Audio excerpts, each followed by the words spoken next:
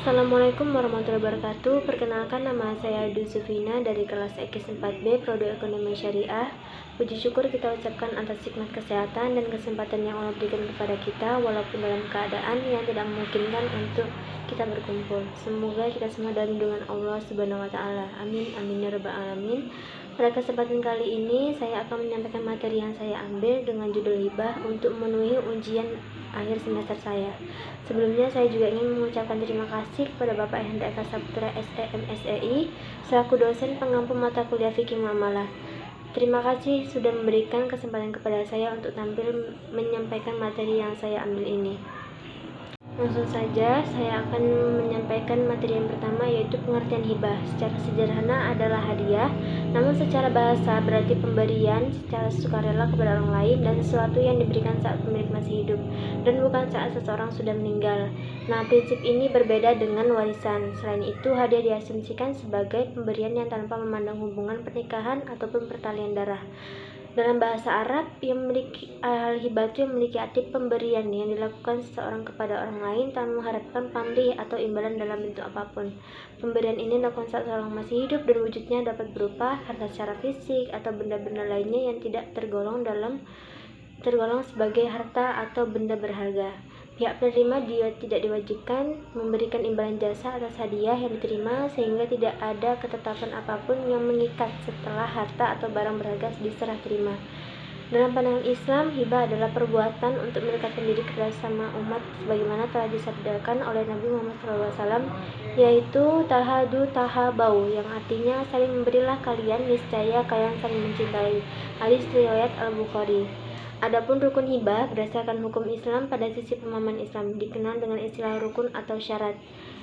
Di antaranya adalah kehadiran pihak pemberi, kehadiran pihak penerima, kemudian barang bersangkutan terlihat dengan jelas, yaitu dengan berupa barang bergerak maupun barang tidak bergerak. Kemudian serah terima barang disertai akad antara pemberi dan penerima secara nyata dan ikhlas.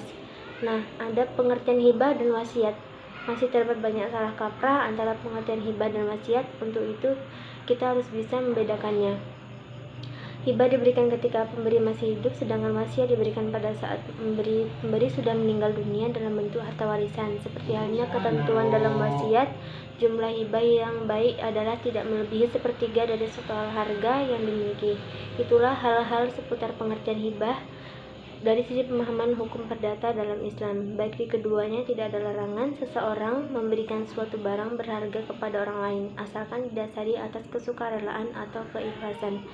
Kemudian ada hukum hibah. Hukum hibah asalnya adalah mubah atau boleh, tetapi berdasarkan kondisi dan peran si pemberi dan si penerima hibah bisa menjadi wajib, haram, dan mubah. Adapun contoh hibah yang hukumnya bisa menjadi wajib, haram, dan makruh.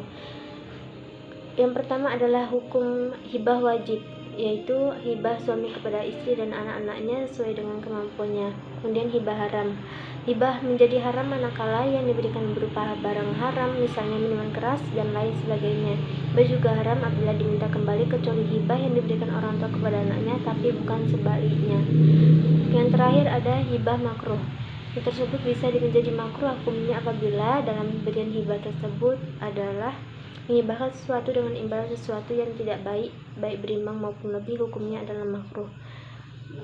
Nah, hukum di sini bisa dicabut dalam proses pencabutan hibah, maka jumhur ulama berpendapat bahwa mencabut hibah itu adalah hukumnya haram, kecuali hibah orang tua terhadap anaknya, sesuai dengan sabda Nabi SAW yang artinya tidak halal seorang muslim untuk memberikan suatu barang untuk menghibahkannya kemudian ia tarik kembali, kecuali kepada anaknya. Hadis riwayat Abu Daud. Hibah yang dapat dicabut diantaranya adalah hibah orang tua terhadap anaknya, karena bapak melihat bahwa pencabut itu demi menjaga kemaslahatan anaknya. Kemudian bila dirasa ada unsur ketidakadilan di antara anak-anaknya menerima hibah. Kemudian yang terakhir, apabila dengan adanya hibah itu ada kemungkinan menimbulkan iri hati dan fitnah dan pihak lain. Mungkin itu saja yang dapat saya sampaikan. Lebih dan kurang saya mohon maaf. Wabillahi taufiq wal hidayah. Wassalamualaikum warahmatullahi wabarakatuh.